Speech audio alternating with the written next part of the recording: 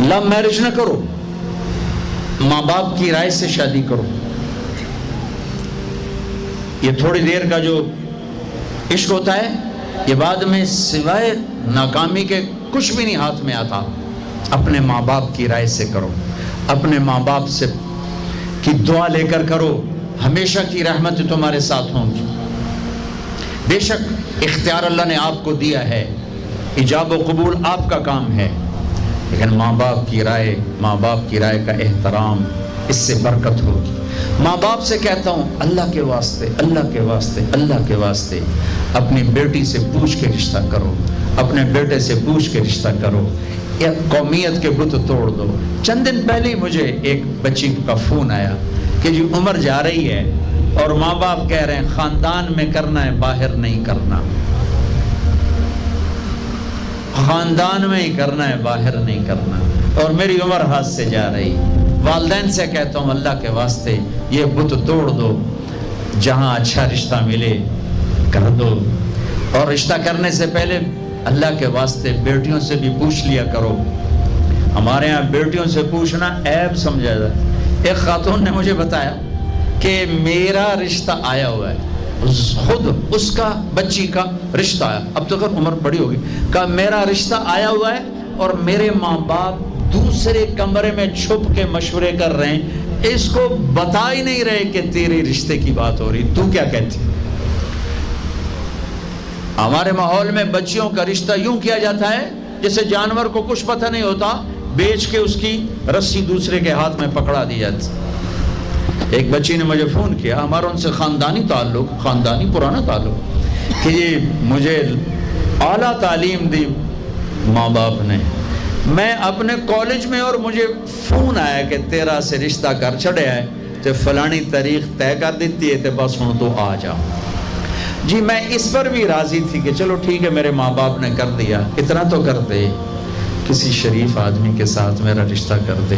ایک شرابی کے ساتھ مجھے جوڑ دیا، میرے ماں باپ کو پتا تھا شراب پیتا ہے، آج تک میں کانٹوں پہ ہوں، انگاروں پہ ہوں، نہ اس نے شراب چھوڑی نہ میری زندگی میں کوئی سکون آیا۔ تو یہ ماں باپ ظالم ماں باپ ہیں۔ شادی بچے کا حق ہے، بچی کا حق ہے، ماں باپ رائے دیں، ماں باپ تیار کریں۔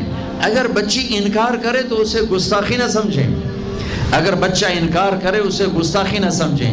آپ سے کہتا ہوں کورٹ میرج نہ کرنا، ہلاکت ہے، ہلاکت ہے، ہلاکت۔ ماں باپ سے کہتا ہوں زبردستی نہ کرنا، ہلاکت ہے، ہلاکت ہے، ہلاکت ہے۔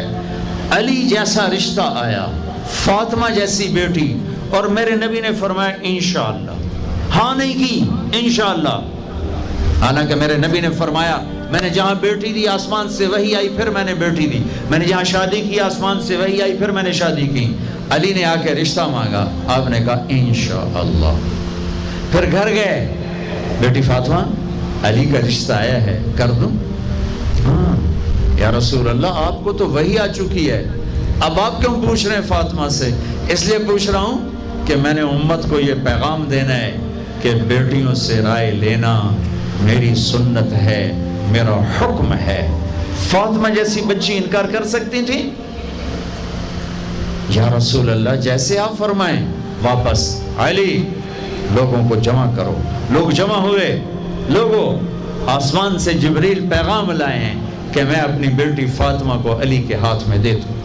نکاح رخصتی جب ہوئی 1 ماہ بعد، 6 ماہ بعد، 1 سال بعد، جب آپ گھر میں ان کو بلایا تو فاطمہ کا ہاتھ پکڑا اور علی کے ہاتھ میں دیا، کہا علی تمہیں نبی کی بیٹی مبارک ہو، اور فرمایا بیٹی فاطمہ مجھے جو سب سے زیادہ محبوب تھا میں نے تیرا ہاتھ اس کے ہاتھ میں دے دیا ہے۔ یہ سب کچھ آسمان پہ طے تھا، پوچھا۔ آپ نوجوانوں سے کہتا ہوں کورٹ میرج تک نہ جانا، ماں باپ سے کہتا ہوں یہ ستم نہ ڈھانا کہ پوچھے بغیر یہی کرنا ہے، یہی کرنا ہے۔ کچھ کہتے ہیں ماں جی کہہ گئے تھے یہی کرنا ہے۔